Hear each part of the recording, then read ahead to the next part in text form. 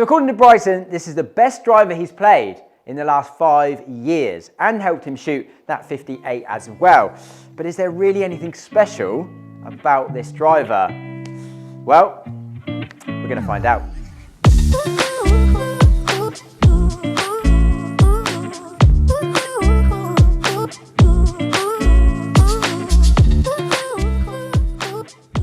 So yes, it is the Krank Formula Fire. A big shout out to Chris, one of my fitting customers and followers who brought this driver down for me to do this video with. So today we're going to be putting it up against just a stock off-the-shelf build Stealth 2 Plus to see how it really performs. Again, pretty similar kind of specs, we'll touch on that later. And make sure you stay tuned to the end of the video because out of left field, Chris had another completely random driver that I've never seen or hit before, that actually the numbers were insane. So stay tuned to the end to find out what that was. Okay, first up, baseline set with the Stealth 2 Plus, 8-degree head, just set completely standard at 8 degrees, neutral weight set in, one of TaylorMade's stock standard off-the-shelf shafts, which is the Ventus TR Red 50 stiff, so not anything overly heavy or overly stiff, literally an off-the-shelf stock offering, stock length, stock grip, everything absolutely pretty bog standard really. So let's see how it performs.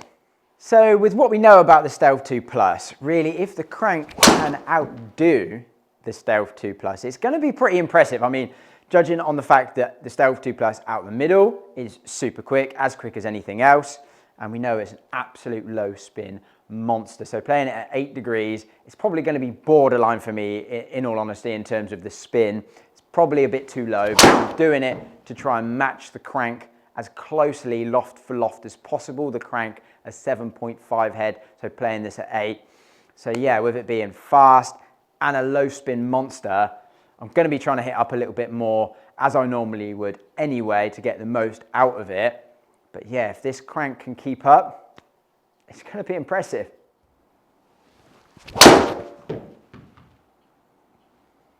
She felt pretty good there, just held its line. It's a good strike. Again, 174 ball. It's been the last 3 or 4 of 174 ball. So some pretty impressive numbers there from the Stealth 2 Plus. The Krank has got its work cut out for it. So let's jump into the Krank then, which a lot of you may not have even heard of the brand. To be honest, it's not exactly like a mainstream brand. They have a big presence in the long drive world, winning over 20 world long drive championships. So that's kind of the world that they're in. However, Krank do claim that over 90% of their sales come from slower swing speed players trying to get a little bit more of that edge, a little bit more of that distance. So that's really interesting when I read that, and possibly something we might dive into a little bit later and do some more videos on that to see if there is any merit behind that at all.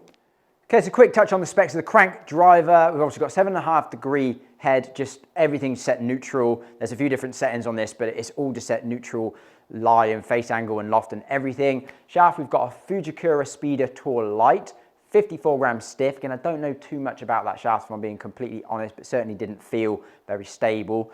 Reasonably light, reasonably soft, which ties into the whole long drive theme. Another reason that we're playing so soft is because it's 46 inches, so quite long, and also the swing weight was E1, which is just insanely heavy, like super, super heavy. I don't know how he ordered this driver to be spec'd up, but the head weight must be super, super heavy because that swing weight is, yeah, definitely on the heavier side. So why has Bryson been playing this Krank then? What makes it so special and what makes him say that it's the best driver he's played in the last 5 years? Well, the answer to that is forgiveness and durability for him. So we know another trait of these heads is going to be very low loft. So the one I'm playing today is 7.5 degrees. I believe the one that Bryson is playing is a 6 degree, which is just going to help him manage that spin rate and just get it in a window that he's very comfortable with, and obviously increase and maximize distance. But it's also a handmade forged face cut that's constructed from super durable hardened beta titanium. So that, unlike a lot of the mainstream drivers on the market today, is actually designed to be just hit hard and consistently hard. Whereas, you know, we've all heard stories of some of the other drivers that are currently on the market. Maybe the face is not quite holding up to that kind of ball speed consistently. With someone like Bryson, who's going to be hitting a absolute ton of balls very, very, very, very hard, this driver is obviously made to kind of withstand that kind of punishment much more than others on the market, and that's obviously going to be, you know, it's going to be favourable for him as well.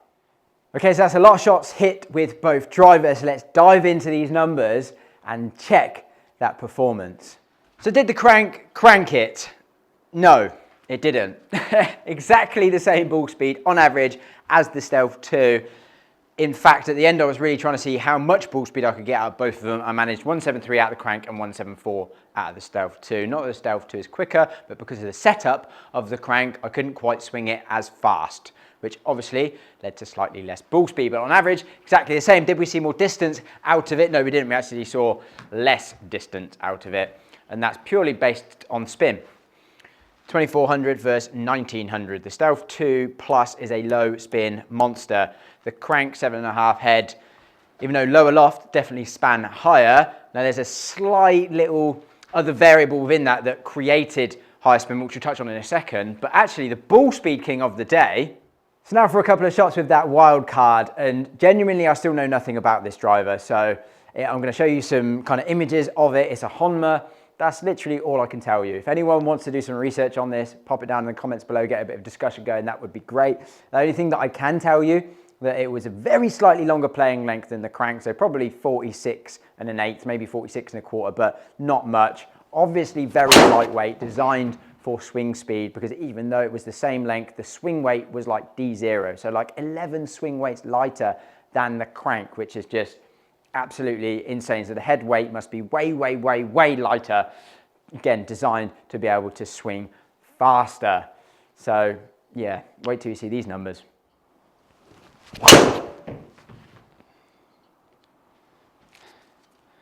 What drive that is. Wow. 175 ball, 13 launch, 2100 backspin, best part of. What a strike. There you go. If anyone wants to gain some yards, get a really gold driver. That is just so good.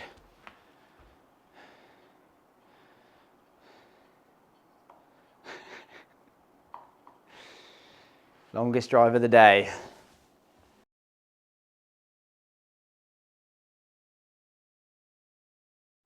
Was the Honma 173.5. 3 more mile/an-hour ball speed out of the Honma than the Stealth 2 and the Krank. Again, I'll show you why in a second. Was not even planning on hitting that head today, I'll be honest, but he had it. He was like, hit this. I was like, I've got to film some of these shots. 173 ball speed. So why did a lot of that happen? Because with the Honma, we can see I just swung it loads faster, 123 on average. So even though the efficiency was pretty rubbish, in all honesty, it doesn't matter. Just because it was still long, 46 inches, light shaft, very light head weight, swing weight at D0 on that Honma, super light overall club, which did translate into not good efficiency, granted. However, I could swing it so much faster that it just didn't matter. Still averaged way more ball speed. So we can see the Krank on average, I did swing a little bit faster, in all fairness. It was just at the end when I was really trying to give it some. With that heavy setup, I just kind of maxed out at about 120, maybe touching 121. I could just get that little bit more speed out of the Stealth 2 when I was really going for it, which enabled me to get a little bit more maximum total ball speed. And that is me, that might not be you, that is me. But we've got a little bit more efficiency out of the Stealth 2, the most efficient setup. Okay with the Krank, not bad, but not fantastic. So why did we see a bit more spin from the Krank? Well, really, byproduct of me actually hitting up a little bit more on it. Hit up a bit more on it, delivered a little bit more dynamic loft, and therefore that would have added some spin paired with a low strike. I struck the Stealth 2 and the Krank both low in the face, which would have added spin, but more. Probably heavy, longer, so just got a bit more behind it, a bit more underneath it, and I was hitting up a bit more on the Krank, and that increased that spin and just dropped that distance down again. So in theory, you'd think longer, you're gonna swing it faster, it's gonna go further, but if it moves the strike down the face, you're gonna lose distance because that as spin. So a bit of technical breakdown there for you, but it's interesting to dive in and see exactly why did those kind of numbers happen? Where did they come from? And there we go. So there we go, that was a bit random. I wasn't even expecting to do that video, if I'm completely honest. So I really hope you enjoyed it. If you did, please smash that like button and please do subscribe. It would mean a lot to us. Please do stay tuned because we've got a hell of a lot more coming, testing, reviews, hopefully some encore stuff too. So please do stay tuned. Thank you so much for watching and I'll see you in the next one.